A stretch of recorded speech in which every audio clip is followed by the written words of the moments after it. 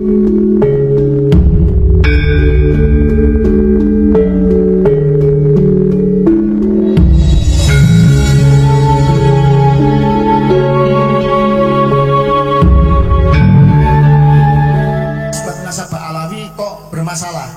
sampai sekarang mereka tidak bisa menunjukkan hasil isbat dari internasional, dari narkoba internasional.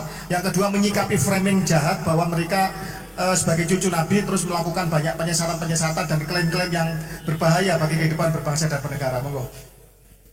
Zaman ini zaman modern, isbat nasab sekarang yang paling kuat dengan tes DNA.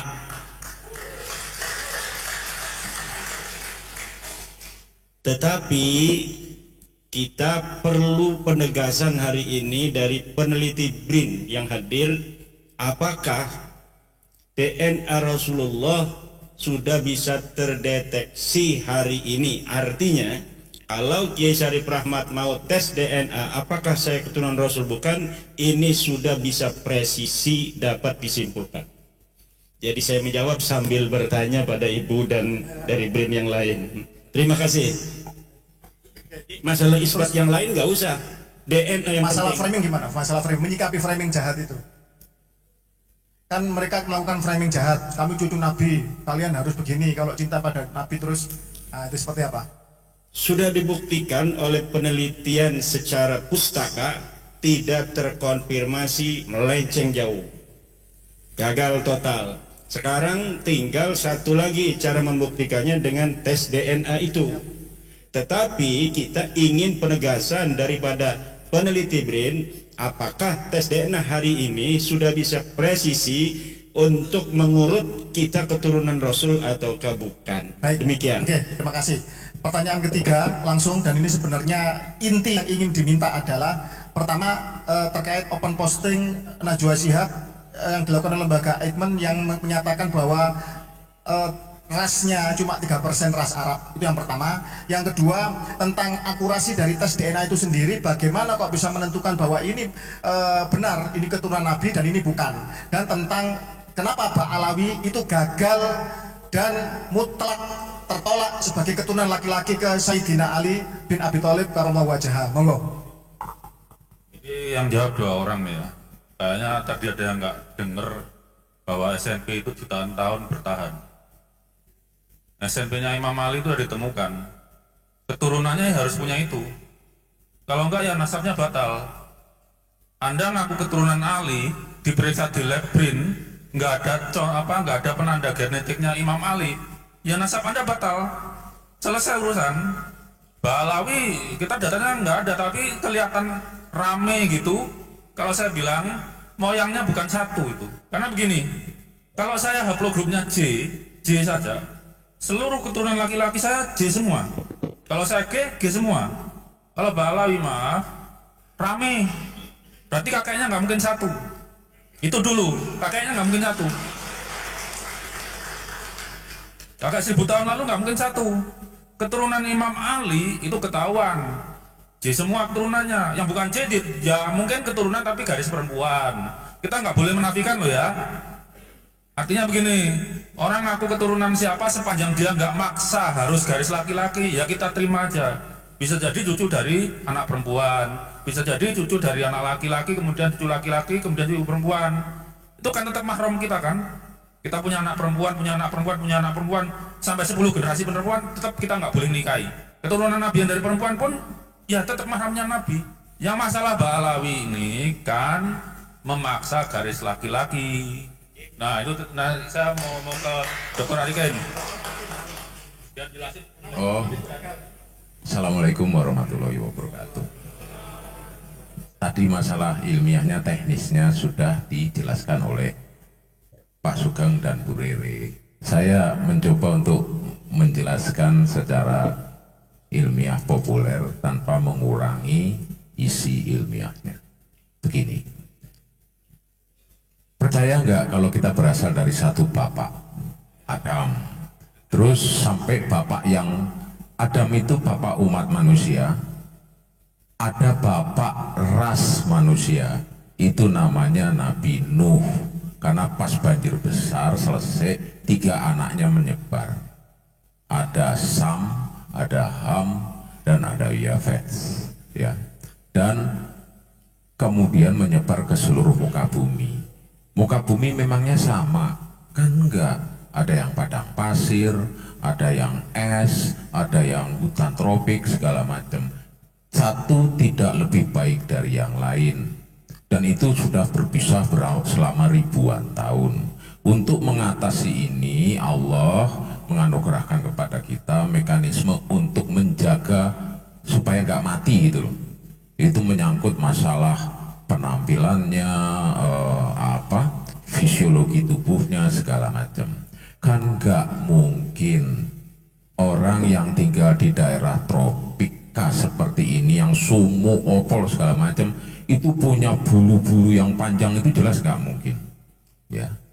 Terus orang yang tinggal di daerah dingin tidak mungkin mempunyai bulu-bulu yang tipis seperti kita, pasti akan kedinginan.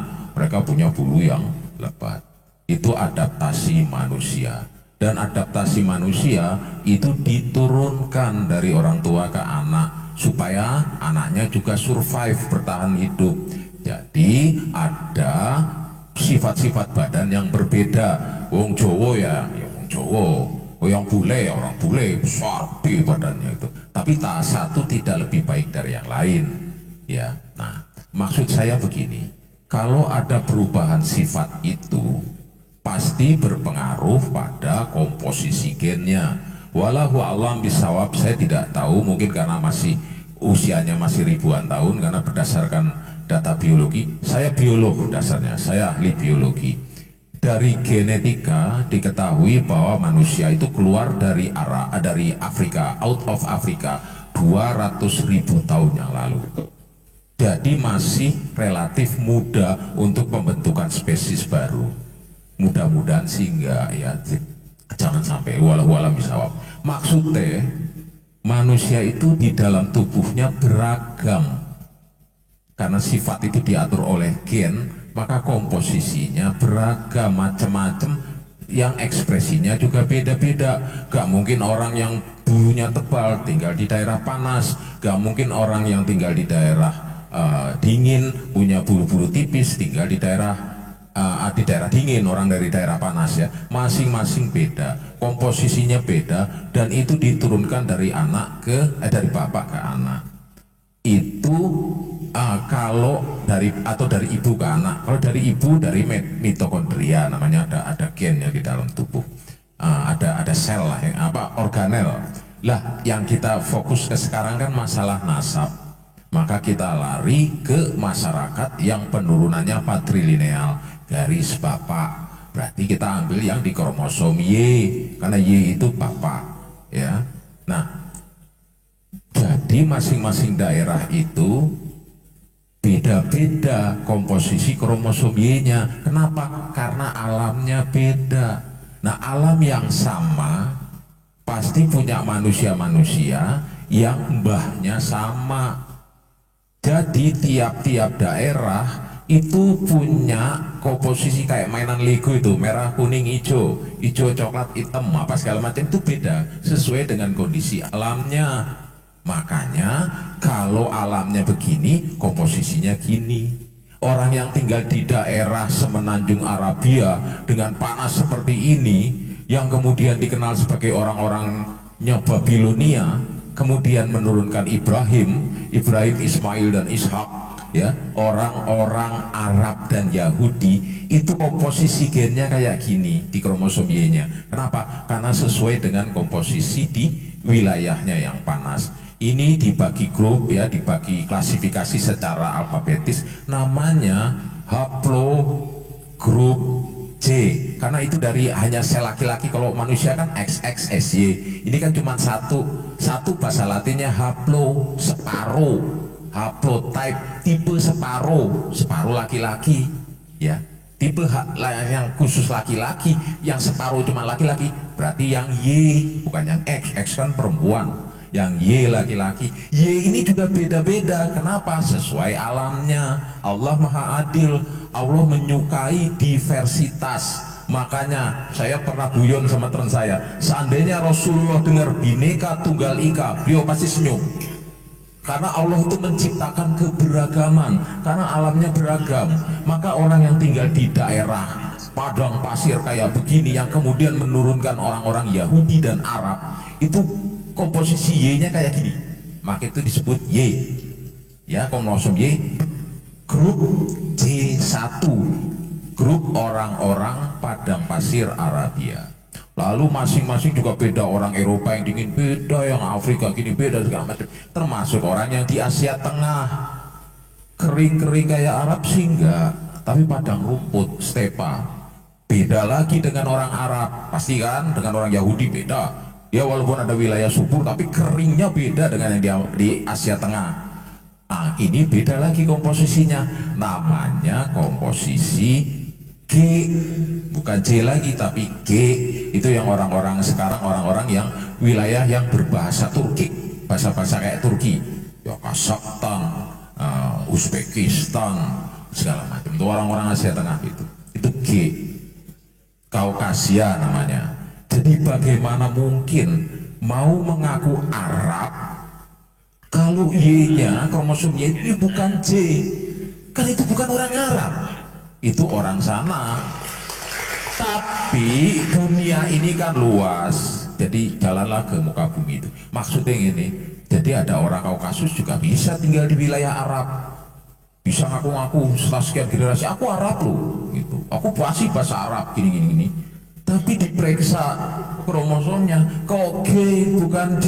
Sampean ini sekarang di sih bukan Arab kok, memang fasih bahasa Arab, wajah juga Arab gitu. Tapi haplogrupnya, legonya tadi, kalau Arab merah kuning hijau, ini kok ungu hitam biru, ini sekarang di kan nggak mungkin. Bener yang tadi dibilang oleh Pak Sugeng, kita bisa berdalih dengan naskah, dengan dalil, dengan kitab segala macam, tapi nggak dengan gen. Mohon maaf Pak sangat ini, saya ambil yang sederhana aja. Sebentar. Saya mencoba memudahkan, karena salah satu tugas ilmuwan adalah memudahkan. Bapak-bapak lihat kue-kue ini ya, macam-macam toh. Lah, sesuai dengan buatannya. Yang coklat ini dari Tegal, yang ini dari Semarang, yang ini Cirebon, ini Jogja, ini Surabaya, ya. Nah, ini kan Cirebon. Kok ada orang datang, aku orang Cirebon loh, Cirebonnya pundi Pak? Aku istilahnya bentet lah misalnya. Oh bentetnya gini Cirebon gini, lucu aku Cirebon tuh gini. Terus orang Cirebon bilang, Mas itu biasa enak kue ini kayak gini apa gimana Mas? Dia nggak akan nunjukin, karena kalau nunjukin gini, lu kok Cirebon begini kuenya, Cirebon tuh gini gitu loh. Makanya orang-orang itu kalau ditanya ngaku Cirebonnya sekang buntet ke sekang Pekalingganan ke apa, jelas kan Cirebon. Wong Cirebon pasti tahu Pekalingganan di mana, buntet di mana pasti tahu. Ini orang Cirebon ngaku Cirebon, wah fasih banget Cirebon. Oh Cirebon gini loh, kantor posnya di jalan ini, KUA-nya di sini, masjidnya di, pokoknya tahu banget Cirebon lah. Tapi orang Cirebon bilang, loh, Kang, gak mau besek ya, anak ini apa? Wah anak ini. Ini kayak gini orang kamu ya, bakalan dia kalau dia orang Cirebon, oh ya nih Cirebon, oh iya, tapi kuenya kayak gini loh. Wong Cirebon kok kuenya begini, ini kan wong Semarang, kalau Cirebon kan kuenya gini. Makanya tadi dibilang oleh Pak Sugeng, udahlah gak usah ribut-ribut pakai pakai dalil mana-mana. Ini tak periksa genotipnya, ini tak periksa gennya. Sama juga dengan tadi, wis to Kang, ojo dali macem-macem Kang. Angger wong Kang, angger wong Cirebon, kayak kuene kayak opo Kang? Ligi lho, kayak iki nggo besek kok. Lah aku yo nggo besek. Aku sang Cirebon Kang, gak kiye Cirebon Kang. Kalau dia memang orang Cirebon, dia akan bilang gitu. Tapi ini enggak. Kuene gini, ini kuene. Loh, kayak wong Semarang, wong Cirebon ini kuene lho. Makanya sampai kapanpun kalau orang itu betul-betul keturunan Rasul dan betul-betul genotipnya haplogrupnya C, dia akan ngasih, oh silahkan ambil darah saya kalau nggak percaya. Ini kan nggak ngumpet-ngumpet. Jadi ada yang dalam tanda kutip disembunyi. Lah, padahal sebenarnya simpel aja. Kalau mau ya, mereka kan takut kalau ternyata haplogrup mereka G bukan J. Jangankan keturunan Rasul, wong Arab aja bukan, gitu loh. Kan simpel.